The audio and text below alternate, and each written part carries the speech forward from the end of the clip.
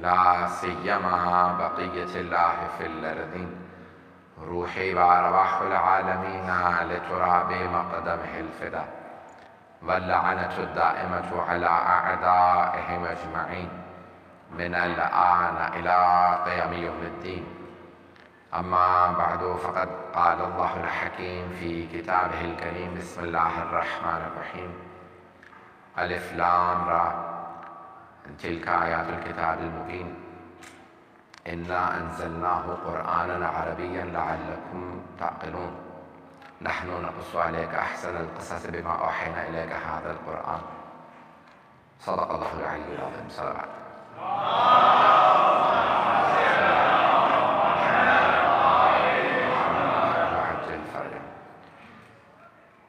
عزیزان گرامی، ماہ مبارک رمضان، ماہ قرآن اور ربیع القرآن، قرآن کی بہار کا مہینہ ہے۔ میں نے قرآن کریم کے سورہ یوسف کا انتخاب کیا ہے ان سلسلہ مجالس کے لیے۔ یہ 10 روز میں آپ کی خدمت میں ہوں، اس سال بھی اور آئندہ چند سال، تو میں نے سوچا کہ کسی ایسے سورہ کا انتخاب کروں کہ جس کو میں لے کے چل سکوں۔ تو سورہ یوسف قرآن کا 12واں سورہ ہے۔ اللہ نے قرآن کریم میں چند سوروں کو انبیاء علیہ السلام کے نام پہ نازل کیا ہے۔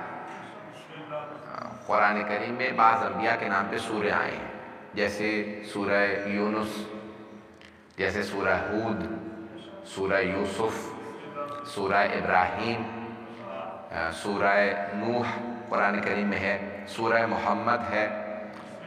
تو اللہ نے پھر بہت سے ایسے سورے ہیں کہ جو رسول خدا کے نام پہ ہیں، جیسے سورہ محمد ہے، لیکن القاب ایسے ہیں جو رسول خدا کے،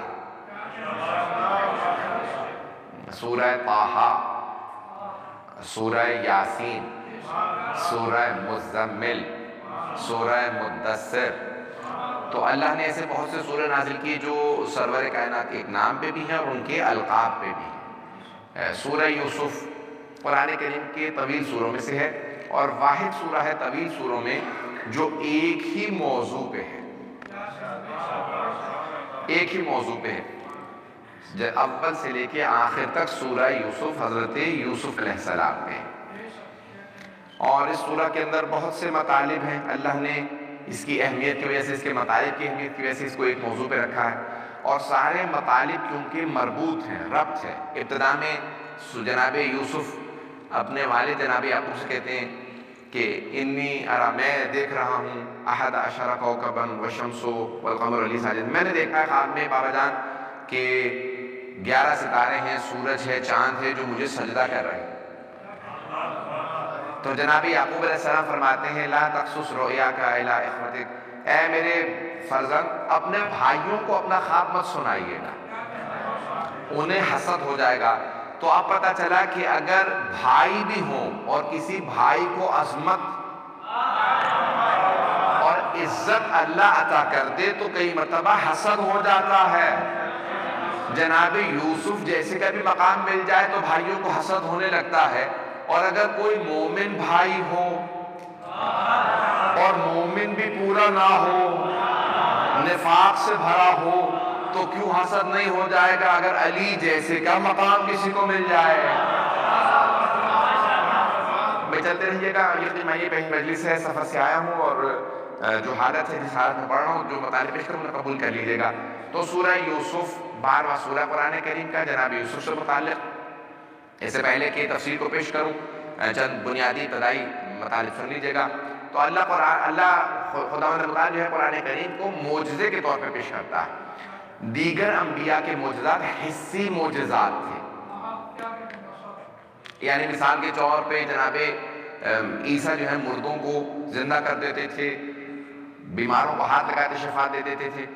رسول خدا نے یہ سارے معجزات دکھائے، لیکن ان کا جو قرآن معجزہ ہے وہ حسی سے زیادہ عقلی معجزہ ہے، ایک انٹلیکچوئل معجزہ ہے، کہ یعنی جب تک عقلیں باقی رہیں گی رسول خدا کا یہ معجزہ باقی رہے گا۔ اب قرآن عقلی معجزہ ہے، وارث قرآن کو اتنا سمجھدار ہونا چاہیے کہ قرآن اس کی سمجھ میں پورا آ جائے۔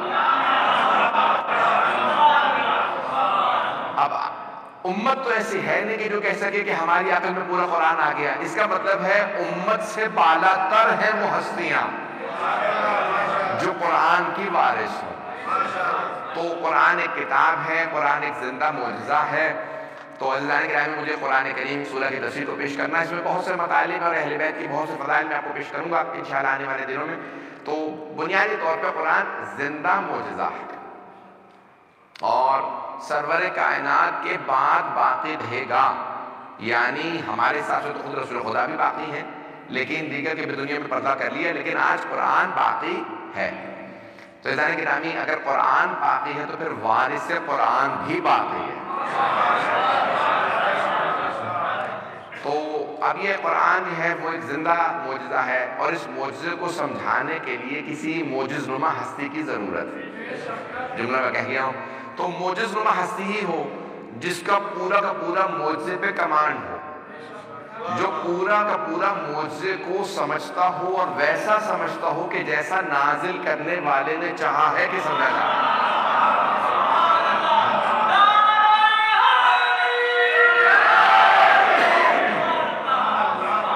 تو عزیزان گرامی، جو قرآن کا نازل کرنے والا ہے وہ چاہتا ہے کہ وارث ویسا ہو جیسا میں سمجھانا چاہ رہا ہوں ویسا سمجھ۔ ہم بھی سمجھ رہے ہیں، آپ بھی سمجھ رہے ہیں، لیکن عزیزان گرامی ہم ویسا نہیں سمجھ رہے۔ ہمیں سے کوئی یہ دعویٰ نہیں کر سکتا، بڑے سے بڑا مفسر یہ دعویٰ نہیں کر سکتا میں قرآن کو ویسا سمجھا ہوں جیسا کہ نازل کرنے والے نے سمجھانا چاہا ہے۔ لیکن اہل بیت وہ ہیں جو یہ دعویٰ کر سکتے ہیں اور کرتے ہیں کہ ہم نے قرآن کو ویسا سمجھا ہے جیسا کہ معجزہ سمجھنے کا حق ہے، یا جیسا کہ نازل کرنے والا چاہتا تھا کہ سمجھا جائے۔ عزیزان گرامی، تھوڑی سی تمہیدی بحثیں سن لیجیے گا، میں بہت سے مطالب تیاری کر کے آیا ہوں، پتہ نہیں سارے پیش کر پاؤں گا، سارے سمجھا پاؤں گا کہ نہیں۔ تو عزیزان گرامی، اللہ نے قرآن کریم میں جگہ جگہ یہ چیلنج دیا۔ مکی سورے ہیں قرآن کے اور پھر مدنی سورے ہیں۔ 86 سورے مکی ہیں، زیادہ تر سورے جو ہیں مکی ہیں، مختصر سورے، جو طویل سورے ہیں وہ مدنی۔ تو مکی سورے ہیں 86 اور 28 سورے ہیں مدنی، کل 114۔ اللہ نے قرآن کو بھی 1 اور 14 سے خالی نہیں رکھا، 114 سورے ہیں، اور اللہ سبحانہ وتعالیٰ نے 114 سوروں کے اندر 86 سورے مکے میں نازل کیے، جن میں سورہ یوسف بھی ہے۔ سورہ یوسف بھی مکے میں نازل ہوا۔ اب سورہ یوسف کے بہت سے ایسے مطالب ہیں کہ جو توریت میں آئے ہیں، انجیل میں آئے ہیں۔ توریت میں ایک عشق کا قصہ ہی صرف داستان بنا کے پیش کر دیا گیا، اور اگر آپ توریت میں پڑھیں جو جناب یوسف کے متعلق آیات آئی ہیں اور پھر قرآن کی آیات کی تلاوت کریں، عزیزان گرامی آپ کو قرآن پڑھنے کے بعد احساس ہوگا کہ قرآن واقعاً زندہ معجزہ ہے۔ اس نے انبیاء کی عصمت کو مد نظر رکھتے ہوئے انبیاء کی تاریخ کو بیان کیا۔ پتہ نہیں مجمع ہے یا نہیں ہے۔ کئی مرتبہ ہم انبیاء سے متعلق بات ایسے کرتے ہیں، اللہ نہ کرے، کہ انبیاء کی عصمت کے تنافی ہوتی ہیں باتیں، یعنی عصمت سے ٹکرا رہی ہوتی ہیں۔ کبھی ایسی بات نہ کریں جو انبیاء کی عصمت سے ٹکرائے۔ اگر انبیاء کی عصمت سے ٹکرائے تو مولا امیر کی حدیث ہے، روزے کی حالت ہے، بڑا سخت ہو جاتا ہے پیش کرنا۔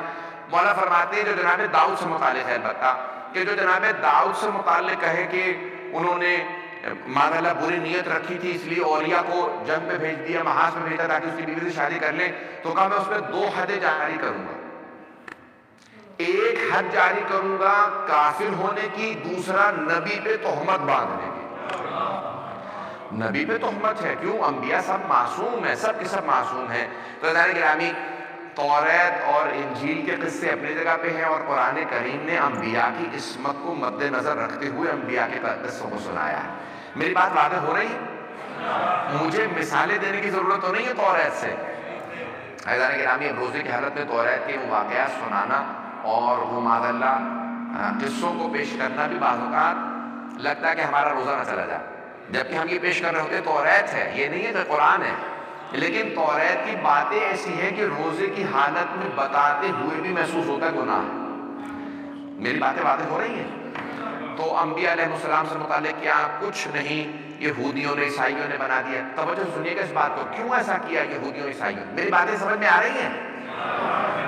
یہودیوں نے عیسائیوں نے ایسا کیوں کیا کہ انہوں نے انبیاء علیہ السلام کے مرتبے کو کم کیا، اور جناب داؤد جناب موسیٰ پہ ایسی تہمتیں باندھی اور نہ جانے کیا کیا باتیں کہیں کہ وہ عصمت کے منافی۔ سن رہے ہیں حضرات؟ کیوں ایسا کیا؟ میرا سوال ہے، غور سے سنیے گا جواب کو۔ عزیزان گرامی جو یہودی ربی تھے، ریبائز، انگلش میں ریبائی کہتے ہیں، عربی میں ربی، آپ کی زبان میں پادری ملا جو بھی کہہ لیجیے، جو ان کے بڑے بڑے پادری تھے یہودی عیسائی، ان کی امت کے لوگ ان پہ اعتراض اٹھاتے تھے، سوال اٹھاتے تھے۔ وہ کہتے تھے تمہارا کردار ایسا، تمہارا کردار ایسا، تم پیسے کھا لیتے ہو، تم صدقے کا ڈبہ توڑ لیتے ہو۔ پتہ نہیں لوگ ہیں یا نہیں ہیں۔ تو ان سے متعلق بہت زیادہ انگلیاں اٹھتی تھی، سوالات اٹھتے تھے۔ میری باتیں پہنچ رہی ہیں جانے گا؟ وہ سوالات اٹھاتے، وہ کہتے تم یہ کیسے، تمہارے کردار کیسے ہیں؟ تو انہوں نے کیا کیا، بجائے اس کے کہ وہ یہ کہتے کہ نہیں ہمارا کردار ایسا ہے، انہوں نے کہا انبیاء بھی معاذ اللہ ایسے ہی تھے۔ پتہ نہیں میری بات پہنچی ہے؟ تو انہوں نے کیا کیا، انہوں نے کہا بھئی ہم اپنا معیار تو بلند کر کے موسیٰ تک لے جا نہیں سکتے، تو کیوں نہ ہم موسیٰ کو نیچے لے آئیں؟ پتہ نہیں لوگ ہیں یا نہیں؟ انہوں نے کیا کیا، جناب موسیٰ کا معیار نیچے گرایا، جناب داؤد کا معیار نیچے گرایا، جناب یوسف کا، انبیاء کو نیچے لے آئے۔ خدا نہ کرے کہیں ایسا ہو کہ مسلمانوں نے بھی ایسا ہی کیا ہو۔ نہیں ہے مجمع، نہیں ہے سارا مجمع۔ بھئی وہ بہت سے لوگوں کو حکمران بنا بیٹھے تھے، اب وہ حکمرانوں کا کردار رسول خدا سے تو ملا نہیں سکتے تھے، تو انہوں نے کہا رسول خدا ہی کا کردار گرا دو۔ اب بات پہنچ گئی ہے، اب پتہ نہیں بات پہنچی یا نہیں پہنچی۔ عزیزان گرامی اور سے مسلمانوں نے بھی معاذ اللہ ایسا ہی کیا، انہوں نے کہا کہ ہم حکمرانوں کو تو پیغمبر تک لے جا نہیں سکتے، کہ رسول ان کا کردار اتنا بلند تھا، وہ ایسے تھے وہ ویسے تھے۔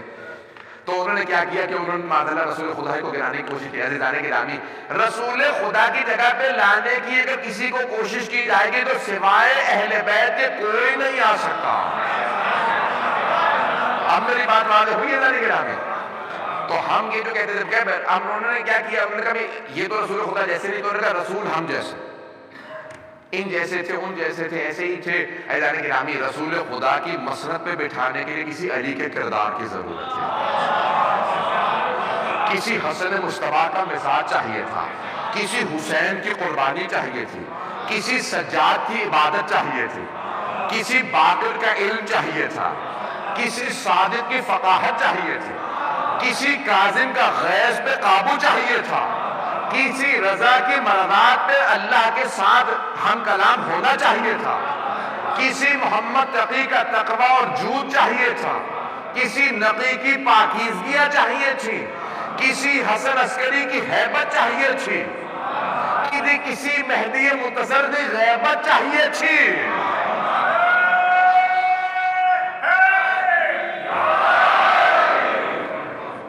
میری آواز آ رہی ہے سب؟ اب آواز بہتر ہے؟ عزیزان گرامی، اب یہ اتنا بلند مزاج چاہیے تھا، کسی مہدی منتظر کی عدالت چاہیے تھی جو کہ لوگوں میں نہیں تھی۔ بڑے سے بڑا صحابی ہو، جتنا بھی جلیل القدر ہو، رسول خدا جیسا نہیں ہو سکتا۔ بڑے سے بڑا تابعی ہو، رسول خدا جیسا نہیں ہو سکتا۔ بڑے سے بڑا عالم ہو، رسول خدا جیسا نہیں ہو سکتا۔ تھوڑی سی توجہ کریے گا، مجھے بات کو آگے بڑھانا ہے۔ تو عزیزان گرامی، آج پاکستان میں ایک نعرہ لگ رہا ہے، میں جانتا ہوں یہ سب پاکستانی نہیں، پاکستان میں ایک نعرہ لگ رہا ہے، غلام ہے، غلام ہے۔ ایسے ہی ہے، جواب دیجئے، نعرہ تو اچھا کہ غلام ہے، غلام ہے۔ رسول نعرہ ہمارے لوگوں نے نہیں لگایا، کسی اور نے لگایا، لیکن نعرہ بہت اچھا ہے۔ 1400 سال سے ہم بھی یہی سمجھانا چاہ رہے ہیں۔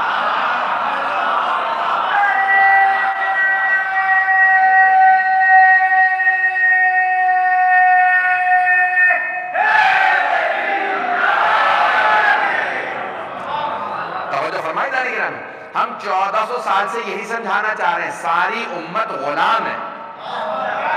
دوبارہ توجہ کیجئے گا، وہ کہتے ہیں ساری امت غلام ہے، غلام ہے، رسول کے غلام ہے۔ صرف امت نہیں، سارے صحابہ بھی رسول خدا کے غلام ہیں، تابعی بھی غلام ہیں، تبع تابعین بھی غلام ہیں، ساری امت غلام ہے۔ جہاں غلام ہوتے ہیں وہاں مولا ہوتا۔ ساری امت غلام ہے، رسول خدا مولا ہے، اور رسول خدا خود فرما گئے جس کا میں مولا ہوں اس کے علی مولا ہے۔ من کنت مولا ہو فہذا علی مولا۔ عزیزان گرامی، رسول خدا مولا ہے، اور کس کس کے مولا ہے؟ خلفاء کی تو بات ہی نہیں ہے کہ تمام خلفاء کے مولا ہے، انبیاء کے بھی رسول خدا مولا، حضرت آدم کے بھی رسول خدا مولا، حضرت نوح کے مولا، حضرت ابراہیم و اسماعیل و اسحاق کے مولا، حضرت یعقوب و یوسف و ایوب کے مولا، زکریا، یحییٰ، موسیٰ، عیسیٰ کے مولا۔ جس جس کے رسول خدا مولا اس کے علی ہے۔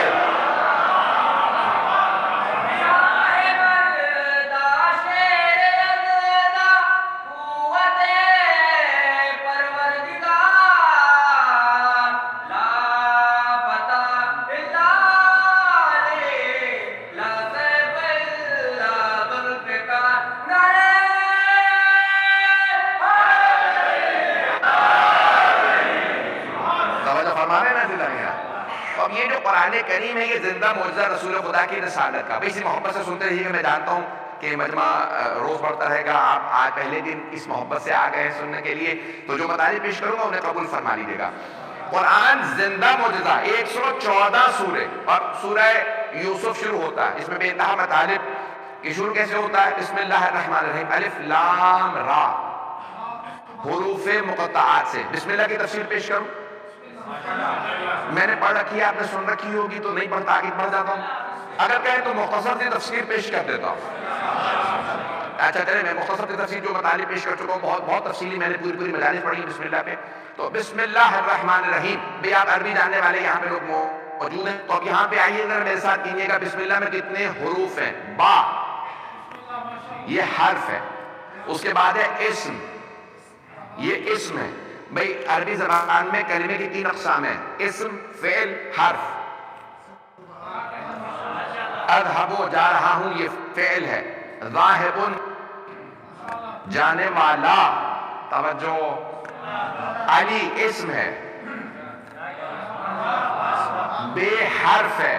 ذرا دوبارہ کیجئے گا، با، بسم اللہ الرحمن الرحیم، با حرف، اس کے بعد ہے اسم، یہ اسم ہے، پھر ہے اللہ، یہ اسم ہے، پھر ہے الرحمن، یہ اسم ہے، پھر ہے الرحیم، اسم ہے۔ تو بسم اللہ الرحمن الرحیم 5 کلمات سے بنی ہے۔ ابھی بھی سارا مجمع نہیں ہے، 1 حرف ہے، 4 اسم ہے، پنجتن میں بھی 1 بی بی ہے، 4 مرد ہیں۔ تو بسم اللہ الرحمن الرحیم پوری طرح سے پنجتنی ہے۔ عزیزان گرامی، اب اصول فقہ میں ہمارے یہاں اصولی علماء ہیں، اخباری ہیں، توجہ ہے نا میرے ساتھ؟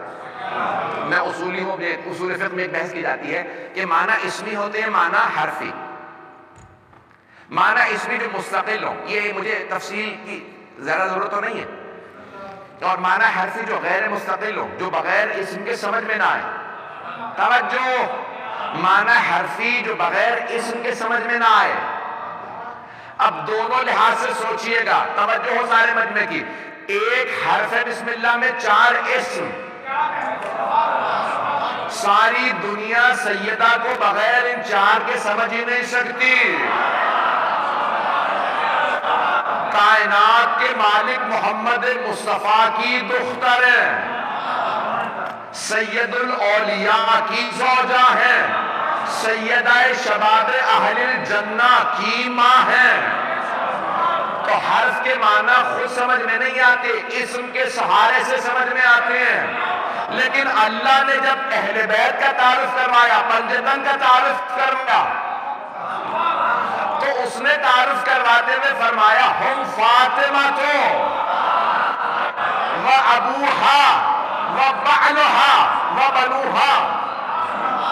پنجتن کون ہے؟ کا فاطمہ ہے، فاطمہ کے بابا ہے، فاطمہ کا شوہر، فاطمہ کے بیٹے. روزے کی حالت میں سننا مشکل تو پڑھنا اور بھی مشکل.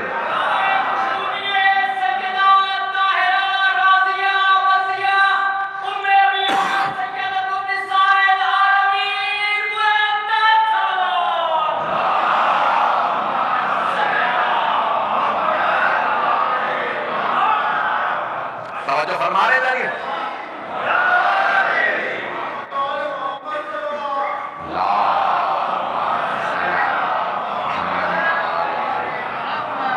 توجہ فرمائی جا رہی ہے جناب. اللہ نے جب تعارف کروایا پنجتن کا تو جناب سیدہ سے تعارف کروایا. کیونکہ اب آپ روزے کی حالت میں ذرا سن لیجئے گا. میں مثال کے طور پہ کہوں، کوئی مجھ سے پوچھے کہ بھئی مسجد علی بن ابی طالب کہاں پہ پڑھ رہے تھے، مسجد کون سن رہا تھا؟ تو اب اتنے ماشاءاللہ لوگ ہیں یہاں سینکڑوں کی تعداد میں، تو میں نام تو نہیں سب کے لے سکوں گا. 2 4 5 10 سے زیادہ نام نہیں یاد ہوں گے مجھے. تو میں کیا کہوں گا؟ کہوں گا کویت کے مؤمنین تھے. یہی کہوں گا. آسان طریقہ یہی ہے، کویت کے مؤمنین تھے. کون؟ بھائی مؤمنین. تعارف ہو گئے تو شیعہ تھے، علی کے ماننے والے تھے. تو تعارف آسان ہو. کیوں؟ سب کے نام نہیں معلوم. اور اگر افراد کم ہو ہی 5 اور 5 اہم ہو اور اللہ تعارف کروا رہا ہو اور نام نہ لے، بھئی 5 افراد ہیں. بھئی حق تو یہ تھا اللہ کہتا کون ہے؟ محمد، علی، فاطمہ، حسن، حسین. پروردگارہ جتنے تو نے رشتے بتائے ہیں اتنے ہی نام تھے. لیکن اللہ کہے گا نہیں، یہاں پنجتن کا تعارف ہے، اہل بیت کا تعارف ہے. تو میں مرکز تعارف اہل بیت فاطمہ کو بنا رہا ہوں تاکہ جب بھی اہل بیت میں اختلاف ہو تو فاطمہ میں پلٹا دینا. جو فاطمہ کا محرم ہو وہ اہل بیت میں ہے، جو محرم نہ ہو وہ اہل بیت سے خارج ہے. تو اللہ نے تعارف کروایا ہے پنجتن کا جناب خاتون جنت سے. حق تو بنتا تھا کہ رسول خدا سے تعارف کروا دیتا. میں مشورہ نہیں دے رہا ہوں، دنیا تو اصول بتا رہا ہوں. حق تو تھا کہ جناب سرور کائنات کون ہے؟ میرا حبیب، ان کی بیٹی، ان کا داماد، ان کے دونوں نواسے. لیکن اللہ نے تعارف کروایا جناب سیدہ سے. کہا کون؟ کہا نہیں، ہم فاطمہ و ابوہا و بعلہا و بنوہا. کیوں؟ اگر میں نے اپنے رسول سے تعارف کروایا تو جو جو میرے رسول سے رشتہ جوڑے گا وہ کہے گا میں بھی اہل بیت میں، یہ بھی اہل بیت میں، وہ بھی اہل بیت میں. میں نے اسی لیے فاطمہ سے تعارف کروا دیا، سیدہ سے کوئی رشتہ جوڑ نہیں سکے گا. مرکز تعارف اہل بیت خاتون جنت ہے. عزیزان گرامی، یہ پنجتن کے تعارف کو اللہ نے، میں اپنے انداز سے پیش کر رہا ہوں کہ بسم اللہ الرحمن الرحیم با 9 معانی لکھے ہیں علماء نے. وقت کتنے بجے ہے؟ مغرب 6:16 پہ ہے، تو میں 6:10 تک کیا کب تک پڑھ سکتا ہوں؟ 6:05 تک انشاءاللہ. بس میں 15 منٹ اور ہے. میں ہر روز مسائل ضرور پڑھوں گا. سوائے میلاد کے تو میں انشاءاللہ تعالیٰ 5 منٹ چاہے بس پڑھوں لیکن پڑھوں گا ضرور. عزیزان کرام یہ آئیں ذرا 9 معنی میں سارے نہیں پڑھ سکتا کیونکہ وقت نہیں ہے. 9 کتنے معنی لکھے ہیں؟ با کے لغت والوں نے 9 معنی لکھے.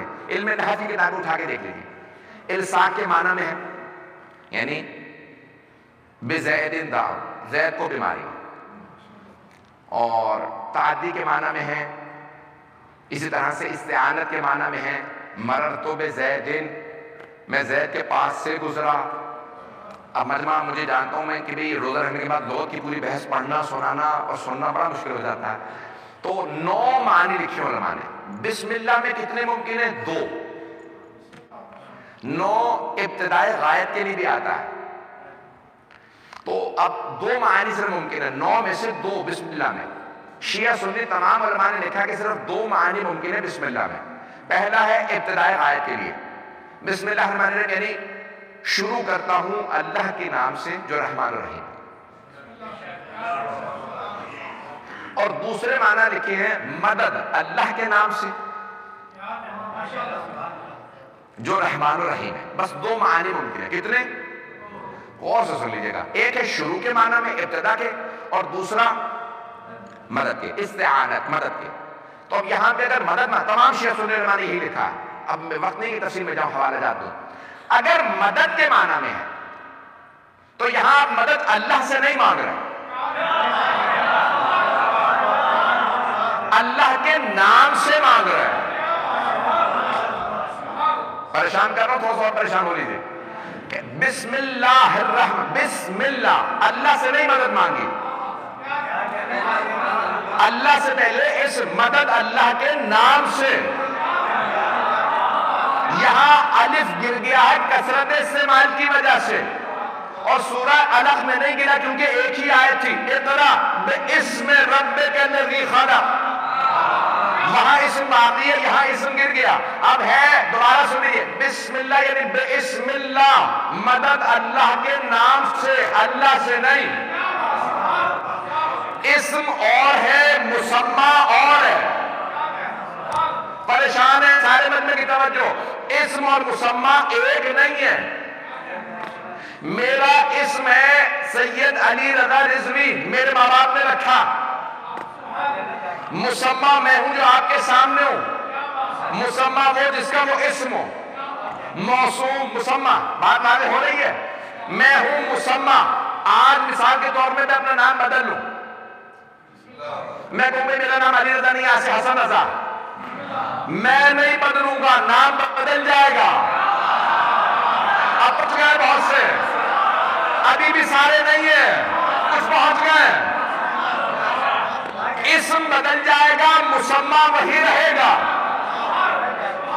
بھئی آپ آگ جلائیے.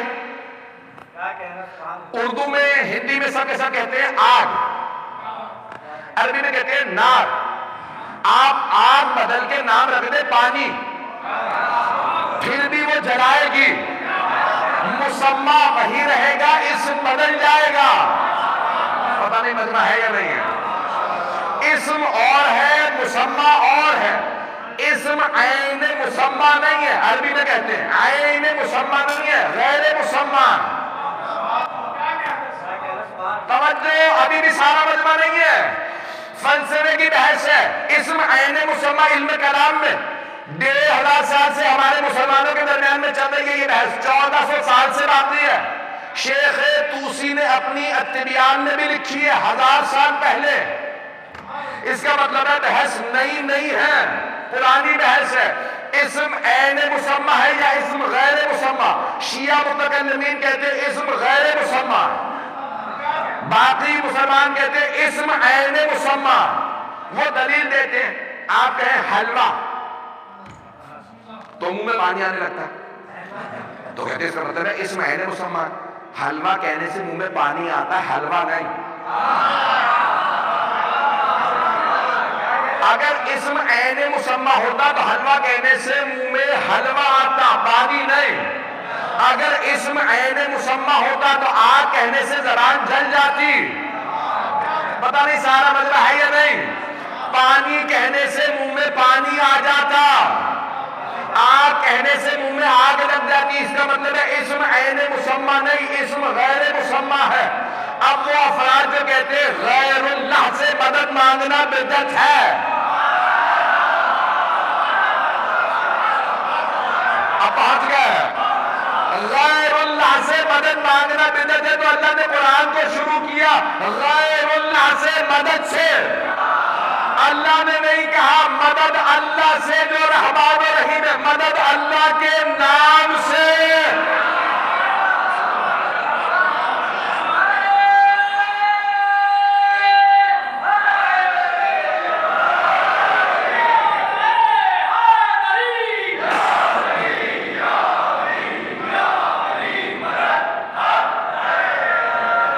میری بات پہنچ گئی جانے گرامی؟ شیخ صدوق کی کتاب ہے کتاب التوحید، توحید پہ کتاب ہے، اس کا انگریزی ترجمہ میں نے کیا 9 سال لگا کے۔ اس میں شیخ صدوق رحمۃ اللہ علیہ فرماتے ہیں کہ امام باقر علیہ السلام فرماتے ہیں نحن اسماء اللہ الحسنى، قرآن کریم میں آیا ہے کہ وَلِلَّهِ الْأَسْمَاءُ الْحُسْنَى، سارے پیارے نام اللہ کے ہیں، فَادْعُوهُ بِهَا، جب اللہ کو پکارو تو اس کو اس کے پیارے ناموں سے پکارو۔ امام فرماتے ہیں اللہ کے پیارے نام ہم ہیں، اللہ کو پکارنا ہو تو ہمارے ذریعے پکارنا، وہ ہر ایرے غیرے کی نہیں سنتا، ہمارے ذریعے سنتا ہے۔ اس لیے یا علی مدد کہنا بدعت نہیں، عین عبادت ہے۔ پتہ نہیں میری بات پہنچی یا نہیں پہنچی؟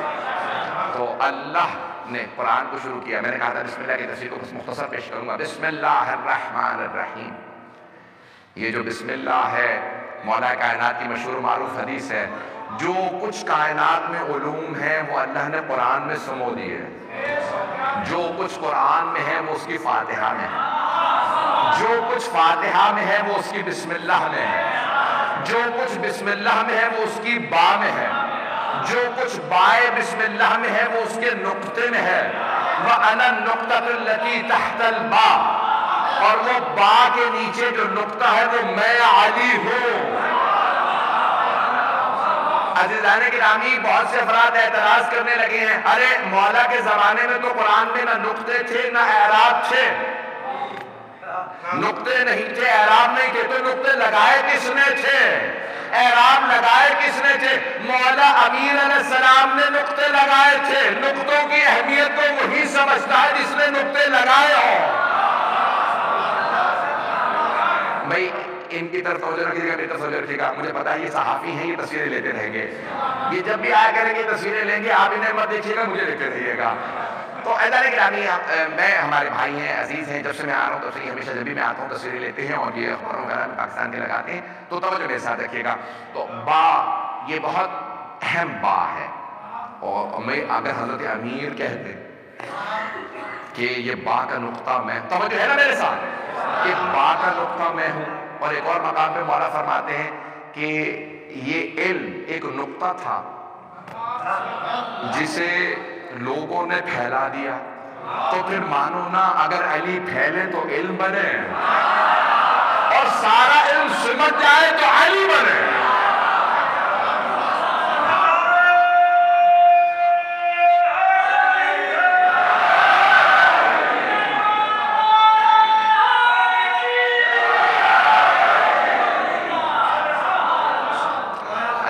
پہلے دن آپ نے اس محبت سے سن لیا میرے ٹوٹے پھوٹے الفاظ کو۔ تو یہ بسم اللہ الرحمن الرحیم، اللہ نے ایک مرتبہ اپنا نام بتایا، اللہ 66 عدد بنتے ہیں اس کے، صبح شروع ہوتے میں رات دن کے ڈھلتے میں اللہ اللہ 66 دفعہ پڑھیں یا اللہ، تو ہر پریشانی دور ہوتی ہے۔ میں انشاءاللہ تعالیٰ اسماء حسنہ کے بھی فوائد بتاتا رہوں گا، لیکن اللہ نے جب اپنے صفات بتائیں تو رحمان سے رحیم تک 2 صفات بتائیں جو رحمت سے، کہا وہ ایک اللہ ہے لیکن 2 دفعہ رحمت کا تذکرہ کر دیا، وہ رحمان بھی ہے رحیم بھی ہے، اور یہ رحمتوں کا مہینہ ہے۔ تو اگر اس مہینے میں اللہ کو جتنا بھی آپ پکاریں گے، انسان توبہ کے دروازے کھلے ہوئے ہیں، اور سب سے بڑا واسطہ محمد و آل محمد ہیں، اور اس مہینے میں سب سے بڑا واسطہ علی ابن ابی طالب ہے، وہ ان کی شہادت کا مہینہ تو جانے گرامی۔ لیکن آج میں مولا کی شہادت کے جملے نہیں پڑھوں گا، میں نے جو وعدہ کیا ہے کہ میں 5 منٹ ڈیلی، کیوں؟ روزے میں دلوں کا نرم کرنا بہت ضروری ہے۔ محرم سفر میں عام طور سے ہمارے یہاں مسائل پڑھے جاتے ہیں، ماہ رمضان میں نہیں پڑھے جاتے، جبکہ ماہ رمضان میں زیادہ ضرورت ہے، دلوں کو نرم کرنے کی ضرورت ہے، اور سب سے زیادہ دل نرم ہوتے ہیں آل محمد کے تذکرے سے۔ عزیزان گرامی، یہ جو آنسو ہے نا، روایات میں ہے کہ ان آنسوؤں کا انسان کو ثواب ملتا ہے۔ بعض اوقات ایک آنسو ہمارے گناہوں کی وجہ سے جو جہنم میں آگ بھڑک جاتی ہے، ایک آنسو سے بجھ جاتی ہے۔ معصوم کے فرمان کا ایک آنسو سے بجھ جاتی ہے۔ چوتھے امام سے پوچھا، مولا افضل ترین آنسو کون سے ہیں؟ تو جب آپ نے گنوائے، اس میں کہا کہ جو رات کی تہجد میں آنسو گرے، پھر آپ نے فرمایا جو اللہ کے خوف سے، لیکن افضل ترین آنسو وہ ہے جو حسین ابن علی کے غم میں بہایا جائے۔ اس آنسو سے افضل کوئی آنسو نہیں۔ پروردگارہ کیوں یہ آنسو سب سے افضل ہے؟ شاید اس لیے کہ حسین پہ رونے والی بہنوں کو تازیانے مارے جاتے تھے۔ بھائی میں انشاءاللہ وقت پہ کیسے ممبر لے لوں گا، سب لوگ وقت پہ آئیں۔ عزیزان گرامی، میں آج سوچ رہا تھا کہ کس کے میں مصائب کو پیش کروں، تو ہمارے یہاں 4 ہستیاں ہیں جنہیں باب الحوائج کہا جاتا ہے۔ یہ دعاؤں کا مہینہ ہے، شب جمعہ ہے، اگلی شب جمعہ کو مولا عباس کے مصائب پیش کروں گا، یا مولا علی اکبر کے آج بھی شب جمعہ ہے، تو 4 باب الحوائج ہیں، کوشش کروں گا سب کے مصائب کو پیش کروں۔ تو آج حضرت مسلم ابن عقیل کے مصائب، چند جملے صرف مصائب کے، میں پوری شہادت نہیں پڑھ سکتا۔ جناب مسلم کی شہادت بڑی طویل ہے، بڑی مظلومانہ شہادت ہے۔ جب جناب مسلم ابن عقیل کو دھوکہ دے کے گرفتار کر لیا گیا، انہوں نے زمین میں گڑھا کھودا اور دھوکہ دیتے ہوئے لے جا رہے، 3 مرتبہ فوج منگوائی۔ عبید اللہ بن زیاد نے پوچھا، ایک آدمی کو گرفتار کرنے کے لیے بار بار فوج منگواتے ہو، کیا بات ہے؟ تو اس نے کہا، یہ کوئی کوفے کا بقال نہیں ہے، یہ جس سے ہم گرفتار کر رہے ہیں اس کی رگوں میں علی ابن ابی طالب کا خون ہے، یہ علی کا بھتیجا، علی کا داماد ہے، علی کا پروردہ ہے، کیا یہ عام آدمی نہیں؟ بس بھئی انہوں نے دھوکہ دے کے گرفتار۔ جیسے جناب مسلم نے عقیل گھوڑے میں گرے نا، تو جناب مسلم سے ایک مرتبہ اس ملعون نے کہا مسلم اپنی تلوار دے دیجئے، ہم آپ کو امان دے رہے ہیں۔ تو جناب مسلم نے فوراً کہا، تم اللہ کی قسم کھا کے کہو امان دے رہے ہیں۔ اس نے ایک مرتبہ اللہ کی قسم کھائی اور کہا ہم آپ کو امان دے رہے ہیں۔ جیسی جناب مسلم نے تلوار دی، انہوں نے فوراً گلے میں رسیاں ڈال دی، بس رسیوں کا ڈالنا تھا۔ جناب مسلم نے رو کے کہا، ھذا اول الغدر، یہ پہلا دھوکہ ہے، تم نے اللہ کی جھوٹی قسم کھا کے مجھے دھوکہ دیا۔ بس بھئی میں مختصر کر رہا ہوں، جیسے گرفتار کیا جناب مسلم کو، تو جب لے گئے دارالامارہ، تو دارالامارہ کے باہر ایک آدمی بیٹھا تھا جو جناب امیر کا چاہنے والا تھا۔ اس نے جیسے جناب مسلم کو دیکھا، دوڑتا ہوا آگے آیا، کہا آپ مجھے مسلم ابن عقیل جیسے معلوم ہوتے ہیں، آپ کا چہرہ، آپ کی آنکھیں بالکل مسلم جیسی ہیں۔ آپ نے فرمایا میں مسلم ابن عقیل ہی ہوں۔ کہا آپ مسلم ابن عقیل ہیں، یہ کیا حالت بنا رکھی ہے؟ پورے جسم پہ گرد و غبار، یہ آپ کا امامہ کہاں گیا؟ آپ کے لبوں پہ خون۔ کہا انہوں نے جب گرفتار کیا پھر دھوکے سے مجھے تلواریں ماری، میرے ہونٹ کٹ گئے ہیں، میرے پورے جسم پہ، چہرے پہ یہ جو نشان ہیں۔ تو کہا کہ میں کچھ کر سکتا ہوں آپ کے لیے؟ کہا اگر ہو سکے تو تھوڑا پانی پلا دو، میں بہت پیاسا ہوں۔ انہوں نے مجھے پانی نہیں پلایا ہے۔ تو ایک مرتبہ وہ آدمی کوزے میں پانی لایا، جیسے پانی لایا نا، جناب مسلم لبوں کے قریب لے گئے، جیسے لبوں کے قریب لے گئے، لب کٹے ہوئے تھے، خون بہنے لگا۔ جیسے خون گرا پانی میں، جناب مسلم نے کہا یہ خون آلود ہو گیا، اگر ہو سکے تازہ پانی لا دو۔ وہ دوبارہ پانی لایا، پھر دیکھا اس میں خون گر گیا۔ تو جناب مسلم نے آواز دی، کہا لگتا ہے خدا یہی چاہتا ہے میں اس کی بارگاہ میں پیاسا جاؤں۔ ہاں بھئی کربلا والوں کے ساتھ ہے نا جناب مسلم۔ میں جانتا ہوں میرے بہت سے بھائی مسائل برداشت نہیں کرتے، میں نے تمام کر دیا۔ سنیے گا، جیسے جناب مسلم ابن عقیل کو عبید اللہ ابن زیاد ملعون کے سامنے لایا گیا، ایک آدمی نے آواز دی، مسلم اپنے امیر کو سلام کر۔ جناب مسلم نے فرمایا، ماں امیر سوائے حسین، میرا کوئی بھی امام نہیں ہے سوائے حسین کے، میں عبید اللہ ابن زیاد کو نہیں مانتا۔ اس نے دوبارہ کہا جھکو سلام کرو، کہ نہیں جھکوں گا اس کے سامنے، یہ ملعون ہے۔ ایک مرتبہ عبید اللہ ابن زیاد نے کہا مسلم کو دارالامارہ کی چھت پہ لے جا کے سر قلم کر دو۔ اور لاشا سڑک پہ پھینکو، دیوار گلی میں، اور کوفے کی گلیوں میں مسلم کا لاشا پھیراؤ۔ جب جناب مسلم کو لے گئے نا تو ایک آدمی نے دیکھا جناب مسلم کے آنسو بہ رہے ہیں۔ کہا مسلم، سارے کوفے میں ہر آدمی آپ کی شجاعت کی قسمیں کھاتا، ہر آدمی مثال دیتا ہے، مسلم سے زیادہ شجاع آدمی نہیں دیکھا، مسلم آنکھوں میں آنسو کیوں؟ کہا میں نے اپنے مولا کو خط لکھا ہے، مولا کوفے چلے آئیے۔ کہا میں روز بات پہ رہا ہوں، میرے مولا کوفے آ رہے ہیں، کوفہ اس لائق نہیں کہ حسین ابن علی آئے۔ کہا مسلم لیکن آپ کے مولا شجاع بہادر ہیں، ان کے ساتھ عباس ابن علی، علی اکبر۔ کہا کہ ہاں لیکن میرے مولا کے ساتھ میری مولا کی بہنیں بھی ہیں، مولا اپنی بہنوں کو لے کے آ رہے ہیں، یہ کوفہ اس لائق نہیں ہے کہ علی کی بیٹیاں یہاں آئیں۔ میں نے تمام کر دیا، آئے ذرا میرے ساتھ چلیے گا۔ جو مولا حسین کو خبر ملی تو آپ کے ذہنوں میں ہے نا، مولا نے وہاں پہ خیمے نصب کیے، جناب عباس کو بتایا، تفصیل کا وقت نہیں، جناب عباس سے کہا عباس ذرا میری بہن زینب کو بلا دو۔ جیسے جناب زینب آئی نا، دیکھا مولا حسین کے آنسو بہ رہے ہیں، کہا زینب ذرا رقیہ کو بلا دیجئے۔ آپ پہنچ گئے ہوں گے، جناب مسلم کی بیوہ کا نام جناب رقیہ ہے، جو مولا حسین کی چھوٹی بہن ہے۔ کہا ذرا رقیہ کو بلا دیجئے۔ جیسے جناب رقیہ آئی نا، جناب رقیہ نے آواز دی آتکا، اپنی بیٹی سے کہا آتکا ماموں نے بلایا ہے، میرے ساتھ چلیے۔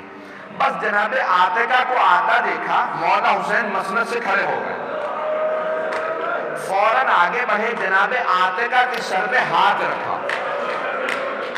جناب آتکا ہاشمی بچی تھی، فوراً آواز دے کے کہنے لگی ماموں جان کیا میرے بابا خیریت سے؟ آپ نے ایسے ہاتھ رکھا جیسے یتیموں کے سر پہ ہاتھ رکھا جاتا۔ جناب سید الشہداء نے بہت خوبصورت انداز سے کہا بیٹی اپنے آپ کو یتیم نہ سمجھنا، ابھی ماموں زندہ۔ بس بھی ایک مرتبہ جناب سید الشہداء نے جناب زینب سے صندوقچی منگوائی، کہا میری پرانی صندوقچی لا دیجئے، اگر دیکھ سکے تو دیکھیے گا۔ مولا حسین نے اس صندوقچی سے دو چھوٹی چھوٹی بالیاں نکالی اور اپنے ہاتھوں سے جناب آتکا کے کانوں میں مہرائی اور پیار کر کے جناب آتکا کو پاس بٹھایا۔ کیوں؟ عید آ رہی تھی۔ راوی کہتا ایک اور بچی کھڑی دیکھ رہی تھی، نام سکینہ تھا۔ اگر کوئی بچی یتیم ہو جائے، وہ بچی دیکھ رہی تھی، اس کے سر پہ ہاتھ رکھا جاتا، اسے نئی بالیاں پہنائی جاتی ہیں۔ بچی کو نہیں پتا تھا یہ حسین کا کردار۔ جب شام غریبہ آئی، بچی نے دیکھا میں یتیم ہو گئی، انتظار میں کھڑی تھی میرے سر پہ کوئی شفقت کا ہاتھ رکھے گا، کوئی مجھے نئی بالیاں پہنا گا۔ اتنے میں شبر آ گیا، اس نے سر پہ ایسا ہاتھ رکھا بی بی کا بالوں کو چھڑانا مشکل ہو گیا۔ جب اس نے بالیوں میں ہاتھ ڈالا، بی بی کے کانوں سے خون بہنے لگا، بی بی نے آواز دی چچا عباس۔ بی بی کو کون سمجھائے وہ حسین کا کردار تھا، یہ یزید ہے۔ الا لعنت اللہ علی القوم الظالمین وَسَيَعْلَمُ الَّذِينَ ظَلَمُوا أَيَّ مُنْقَلِبٍ يَنْقَلِبُونَ۔ پروردگارا آج کے بانیان، شکر کنندگان، پڑھنے والے سننے والے سب کی توفیقات میں اضافہ فرما، ہم سب کی عاقبت بخیر فرما، دشمنان اہل بیت کو نیست و نابود فرما، اس مسجد کو ترقی عنایت فرما، خدمت کرنے والوں کی توفیقات میں اضافہ فرما۔ پروردگارہ ہم سب کی عاقبت بخیر فرما۔ پروردگارہ ہمیں اور ہمارے تمام مرحومین کو جناب امیر المؤمنین کی شفاعت نصیب فرما۔ پروردگارہ ہمارے مقامات مقدسہ کی حفاظت فرما، جنت البقیع جنت معلیٰ دوبارہ تعمیر ہوتا دیکھنا نصیب فرما۔ پروردگارہ عراق و شام کے، ایران کے سارے روضوں کی حفاظت فرما۔ ربنا تقبل منا انك انت السميع العليم بحق محمد وآلہ الطیبین الطاہرین المعصومین۔ فاتحہ مع الصلوات۔